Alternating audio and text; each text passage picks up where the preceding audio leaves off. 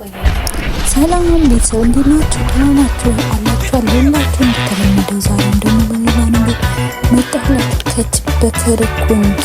እንዴት ናችሁ? ደህና ናችሁ? አላችሁ አለውላችሁ? እኔ ይሄውላችሁ ዛሬ ደግሞ ይዤላችሁ የመጣሁት የዱባ ወጥ የኛ ኢትዮጵያውን ሳይሆን የዚህ ነገሩ ማለት ነው። እና ቀለል ባለው ቀለል ባለ ትሰራላችሁ ማለት ነውና እስኪ ይውትና አስተያየት ስጡኝ። እዚህ ጋር ቲማቲም ግድ ነው፣ ሳልሳ ያው ለቅላት ቲማቲም ምን የፈጨው ቲማቲምና ይሄ ጣፋጩ ቃሪያ የለ እኛ ኢትዮጵያ ምን ይሄ የሚጣፍጠው ሰላጣ ምናምን የሚሰራው ማለት ነው። እና ላችኋለሁ ይሄውና ዶቅ እንትን ቲማቲምን ሳልሳይን ፈጨው እዚህ ጋር ሽንኩርቴን አቁላላው። ሰሞኑን ጠፍቻለሁ፣ ቪዲዮ እየሰራሁ አይደለም ምግብ እየሰራሁ አይደለም። ሲቲኬን ያማስ ስለሆነ ምግብ እናቴ ከውጪ ነው ሰምታችኋል። እኔ ማስተንግዶ ላይ ብቻ ነው ያለነው ሰሞኑን። እና እዚህ ጋር ስገኝ ደግሞ ጣላ ላንድ ሰው ነው እየሰራሁ ያለው ትክክል ማለት ነውና እናንተ በመሰረት ያው እሱ ወጥ ይወዳሉ። ለእነሱ እንግዲህ ተጣላችሁ ቀን ደግሞ ያላችሁ ትንከም ባራት ሰዋ ከዝበራ አስወድ መለ ባረኛ ባወራችሁ مشكل يوم ناكل شو اسمه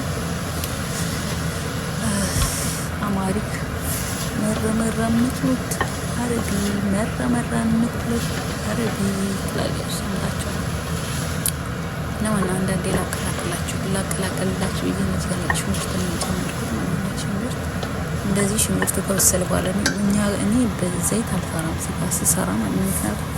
ስጋው በጣም ጭማ ስላለው ዘይት በጣም ስለሚወጣው እንትን አለ ዘይት አልሰራም አልጨምርም።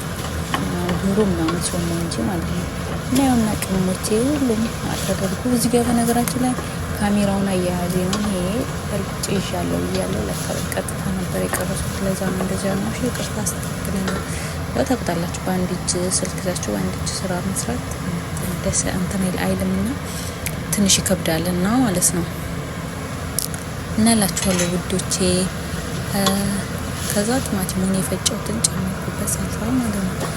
ከዛ ቢያንስ በጣም ነው ያቆየው ስጋውን በዚህ ቶሎ አይበስልም። በዚህ ድስት እኔ ከአንድ ሰዓት በላይ አቆይቼዋለሁ እንትን ስጋውን ማለት ነው። ምክንያቱም ቶሎ አይበስልም ይቆያል።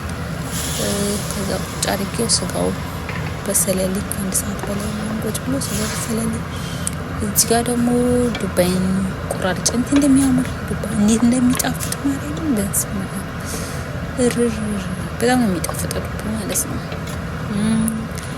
እና እዚህ ጋር ደግሞ እንደዚህ ከታተፍኩት እንደዚህ ፖፎፍራሙን የከታተፍኩት ያው እኛ ጋር እንትን ሩዝ ምናምን ስለማይበሉ በቃ ይሄንን ባዶ ስለሚበላ ፖፎፍራሙ እና እንደዚህ ከተፍኩ እንደዚህ ጨመርኩ። በጣም ነው የሚወዱት አረቦች ታውቁታላችሁ። እና እንደዚህ ያደረኩኝና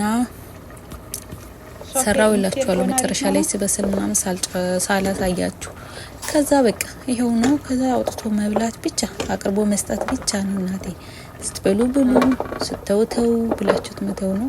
እና ቁጭ ብሎ ሲበስል በጣም ነው የሚጣፍጠው። ሞክሩት። አመሰግናለሁ። መጨረሻ ላይ ደግሞ ያላስገባሁት አልተመቸኝም ታውቃላችሁ። ከዛ መጨረሻ ላይ ገልብጬ ወሰድኩላቸው ለራሴም ሳልበላ ማለት ነው።